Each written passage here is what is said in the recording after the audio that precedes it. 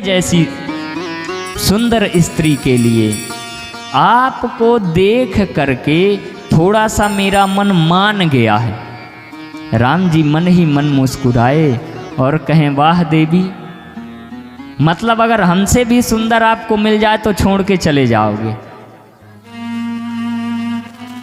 राम जी मुस्कुराए। राम जी मुस्कुरा करके बोले, देवी आप कह रही हैं कि ताते अब लगी रहूं कुमारी, इसी कारण में मैं अभी भी कुमारी हूँ। लेकिन आपको बतावें, शूर्पणखा की शादी हो चुकी थी। शूर्पणखा के जो पतिदेव थे उनको रावण इतना अत्याचारी था कि अपने जीजा जी को ही समाप्त करवा दिया। शूर्पणखा के पति का नाम था विद्युज्जिह्वा। और शूर्पणखा यहाँ आकर के राम जी से कहती है कि ताते अब लगी रहे कुमारी, मेरे योग्य आज तक कोई पुरुष नहीं दिखा, इसी कारण बस मैं कुमारी। श्री रघुनाथ जी मुस्कुराए और मुस्कुरा करके श्री रघुनाथ जी ने कहा कि देवी, जैसे आज तक आप कुमारी हो उसी तरह हमारा तो विवाह हो गया है, परंतु हमारा छोटा भाई है, अहाई कुमार मोर लघु भ्राता। जैसे आप कुमारी हो उसी तरह मेरा छोटा भाई भी अभी कुंवारा है, आप उसके पास जाइए। प्रभु ने शूर्पणखा को लक्ष्मण जी के पास भेजे। जैसे ही लक्ष्मण जी के पास आई शूर्पणखा, तो शूर्पणखा वहाँ भी जो राम जी के पास बोली थी वही आकर के शब्द शूर्पणखा लक्ष्मण जी से दोहराती है। तुम सम पुरुष नमो सम नारी, यह संजोग विधि रचा विचारी, मम अनुरूप पुरुष जग नाही, देख्यों खोज लोक तिहु माही। जैसे ही यह बात सुने लक्ष्मण जी, तो लक्ष्मण जी मुस्कुराए। क्या मुस्कुराए? कि ये कह रही है कि मैं तीनों लोकों में खोज करके देख लिया, आपके जैसा सुंदर पुरुष हमें दिखाई नहीं पड़ा। जैसे ही लक्ष्मण जी यह सुने, तो लक्ष्मण जी देख तो दूसरी तरफ रहे थे और लक्ष्मण जी ने कहा, सुंदरी सुन। जैसे ही सुंदरी लक्ष्मण जी ने कहा तो शूर्पणखा प्रसन्न हो गई। क्यों? कि अभी मेरे को इसने देखा नहीं और सुंदरी कह रहा है, जब देखेगा तो देखते ही मोहित हो जाएगा। लक्ष्मण जी कहते हैं कि सुंदरी सुन, मैं इनकर दासा, मैं तो इनका दास हूं। पहले तू ये बता कि तू रानी बनेगी या दासी बनेगी? तो शूर्पणखा ने कहा, मैं तो रानी बनूंगी। जैसे ही शूर्पणखा बोली कि मैं रानी बनूंगी, तो लक्ष्मण जी ने कहा, तो फिर उन्हीं के पास जा, मैं तो उनका दास हूं। यहां रहेगी तो दासी बनेगी, वहां जाएगी तो रानी बनेगी। अब लक्ष्मण जी राम जी के पास भेजें और राम जी लक्ष्मण जी के पास। कुछ समय व्यतीत हो गया ऐसे नचाते नचाते। तब तक श्री जानकी जी निकली। जानकी जी कुटिया से बाहर निकली तो जानकी जी राम जी के बगल में आई। जैसे ही जानकी जी राम जी के बगल में आई, तो शूर्पणखा राम जी से पूछती है कि ये कौन है? राम जी ने ज्ञात कराया। जैसे ही राम जी ज्ञात कराए, तो शूर्पणखा श्री जानकी जी की ओर क्रोध करके दौड़ पड़ी। जैसे ही क्रोध करके दौड़ पड़ी कि मैं इसको खा जाऊंगी, तो राम जी ने लक्ष्मण जी की ओर इशारा किए कि अभी यह विवाह करने आई थी, अब श्री जानकी जी को खाने लगी। उसी समय लक्ष्मण भैया को जैसे ही इशारा किया कि भाई खाने आ रही है, तो तुरंत लक्ष्मण भैया को इशारा करते ही लक्ष्मण भैया ने नाक कान से शूर्पणखा को विहीन कर दिए। अब विहीन क्यों किए हम आपसे बतावें। हमारे इधर जब लड़की देखने जाते हैं, शायद यहाँ की भी परंपरा वही होगी जो हम अनुभव कर पा रहे हैं, पुरुष लोग लड़की देखने जाते हैं विवाह के लिए। तो जब पुरुष लड़की देख करके घर आते हैं ना, तो माताएं जब भोजन कराती हैं, अच्छा माताओं की समस्या तभी हल होती है जब पुरुष भोजन पाते हैं। तो माताएं निवेदन करती हैं, पूछती हैं कि आप बच्चे के लिए लड़की देखने गए थे, लड़की का नाक नक्शा ठीक है ना? क्यों? जब नाक नक्शा ठीक रहेगा तभी तो लड़की सुंदर दिखेगी। तो माताएं पूछती हैं, ये हमारे इधर का है। तो शूर्पणखा अपने को सुंदरी बता रही थी, तो लक्ष्मण जी ने नाक काट दिया। क्यों काटा? कि तू अपने आप को सुंदरी बता रही है तो आज के बाद सुंदर ही नहीं रहेगी। और कान काटे। कान क्यों काटे? क्योंकि खुद ही बक बक किए जा रही थी, दूसरे की नहीं सुनती थी। बोले जब तेरे पास कान है तो तू दूसरे की क्यों नहीं सुनती? अब कान ही नहीं रहेंगे तो सुनने का काम ही नहीं रहेगा। लक्ष्मण जी को इशारा दिया प्रभु ने, लक्ष्मण जी ने नाक कान से विहीन कर दिए। जैसे ही नाक कान से विहीन कर दिए, उसी समय भगवान शंकर कहते हैं माँ पार्वती जी से कि देवी ताके कर रावण कहाँ मनो चुनौती दीन। रावण को शूर्पणखा के हाथ से ही मानो चुनौती दिए हैं। जैसे ही शूर्पणखा को नाक कान से विहीन किए हैं लक्ष्मण जी, उसी समय शूर्पणखा रोते रोते खर और दूषण के पास जाती है। खर और दूषण के पास जाकर के खर और दूषण के पास जाती है और जा करके खर और दूषण से निवेदन करती है। जैसे ही खरदूषण से निवेदन करती है कि दो राजकुमार आए हैं राम और लक्ष्मण। राम के कहने पर लक्ष्मण ने मेरी यह दशा की है, उनके साथ एक परम सुंदर स्त्री है।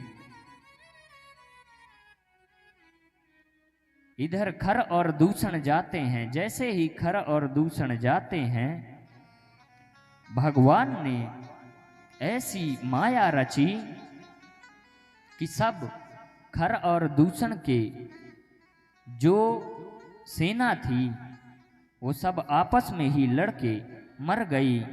जब खर दूषण की सेना आपस में लड़ करके मर गई, राम जी ने खर और दूषण का उद्धार किए।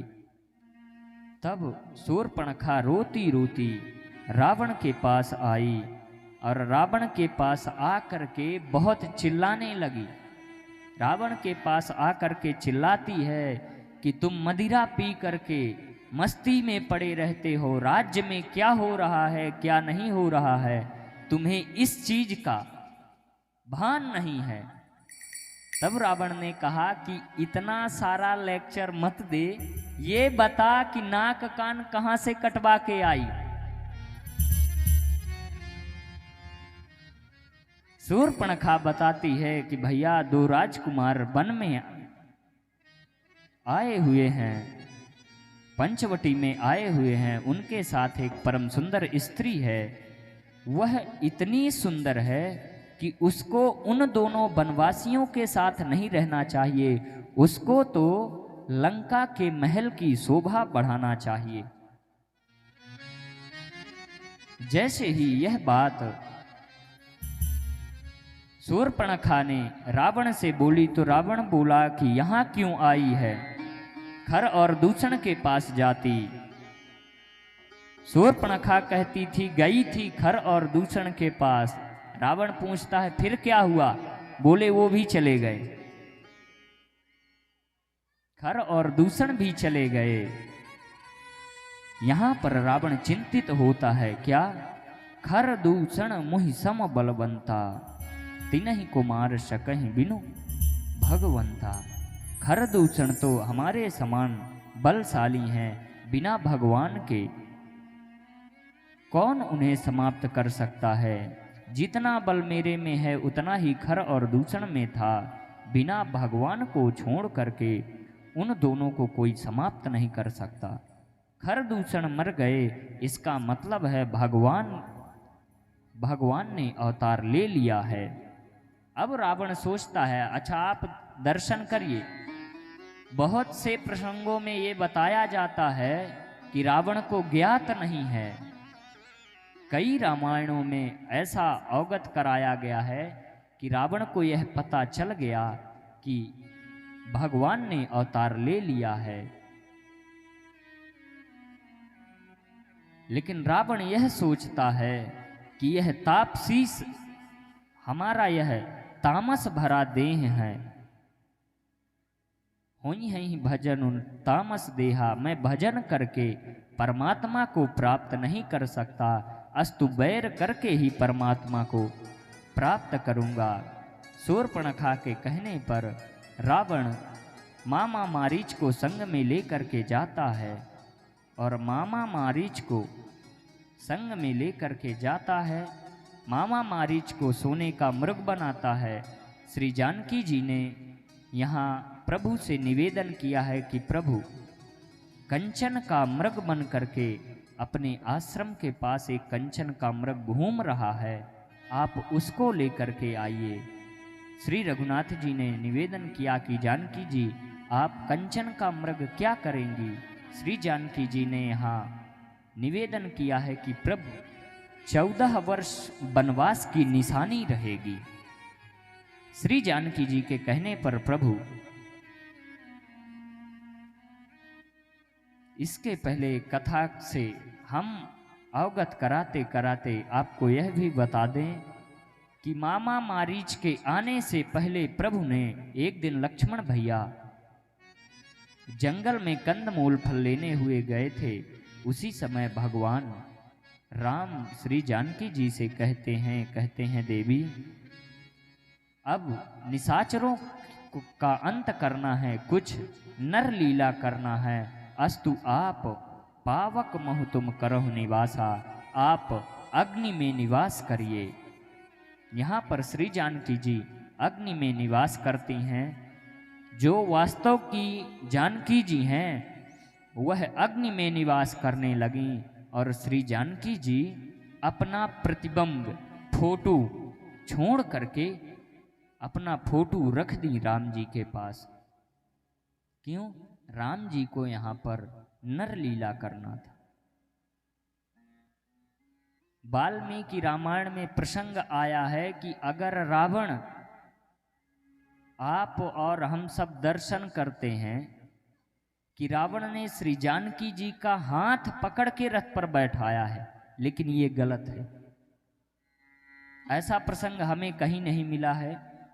आपको मिला हो तो आप जाने, लेकिन रावण ने श्री जानकी जी का हाथ पकड़ के रथ पर नहीं बैठाया है। वाल्मीकि रामायण में प्रसंग आता है कि रावण जिस दिन पतिव्रता स्त्री पर जबरदस्ती करेगा उस दिन रावण के सिर के 1000 टुकड़े हो जाएंगे। ये तो परमात्मा की लीला थी। जो वास्तव की जानकी जी थी वह पावक में अग्नि में निवास करने लगी। जानकी जी अपना प्रतिबिंब छोड़ दी और जैसे ही अपना प्रतिबिंब छोड़ दी उसी समय रावण आया है मामा मारीच को लेकर के। जैसे ही मामा मारीच को लेकर के आया है तो यहाँ मामा मारीच सोने का मृग बना है।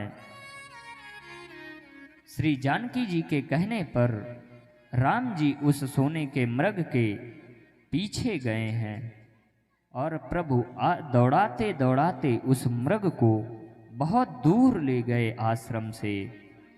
यहाँ लक्ष्मण भैया को श्री जानकी जी की सेवा में प्रभु ने रखा था। मामा मारीच मरते मरते 3 बार लक्ष्मण लक्ष्मण कह के चिल्लाया और फिर अंत में राम कह के उसने अपने प्राणों का परित्याग कर दिया। जैसे ही मामा मारीच अपने प्राणों का त्याग किया है, उसी समय रावण श्री रघुनाथ जी के आश्रम में भिक्षुक का वेश बना करके आया है। श्री जानकी जी से निवेदन किया है भिक्षा के लिए। लेकिन ये देखिए हमारे भारत की कितनी दिव्य संस्कृति है। कोई साधु आवे, कोई ब्राह्मण आवे तो माताएं किसी साधु को, किसी ब्राह्मण को भूखा नहीं जाने देती। श्री जानकी जी साधु को देख करके जानकी जी ने आश्रम से कंदमूल फल का दिव्य भोजन लेकर के आई हैं। जैसे ही देने लगी उसी समय रावण ने मना कर दिया, मैं बधी हुई भिक्षा नहीं लेता। रावण ने मना किया। श्री जानकी जी लक्ष्मण रेखा को पार करके आगे बढ़ी हैं। जैसे ही लक्ष्मण रेखा को पार करके आगे बढ़ी हैं, उसी समय जानकी जी के प्रतिबिंब का हरण रावण किया। अब यहाँ आप देखिए, ये जो लक्ष्मण रेखा है ये हमारे और आपके जीवन की यथार्थ रेखा है। जो परिवार की मर्यादा है, अगर कोई भी माँ एक बार मर्यादा का परित्याग कर दी परिवार में रह के, वो कभी फिर अपनी मर्यादा में वापस नहीं आ सकती। आप सदैव अपने जीवन में ये रामचरितमानस की कथा हमको और आपको जीवन में किस मार्ग पर चलना है, कैसे उठना है, कैसे बैठना है, कैसे बात करना है, यही सब चीजों की संस्कारों की कथा है। और आपको बता दें, भागवत कथा बहुत गूढ़ रहस्य तत्व है। भागवत कथा लोग सुनते हैं, परम आनंद लेते हैं, लेकिन आपको बतावें कि भागवत कथा में केवल संगीत का ही आनंद लिया जाता है। राम कथा में अपने जीवन को, अपने चरित्र को बनाया जाता है। लोग कहते हैं भागवत सुनने से मोक्ष होता है। बात सत्य है कि भागवत कहने से मोक्ष तो होता है, लेकिन अब अपने अंदर उतनी पात्रता नहीं रह गई है कि हमारे लिए विमान आएगा। लेकिन यह आप विश्वास मान के चलिए, यह रामचरितमानस कल्प वृक्ष है।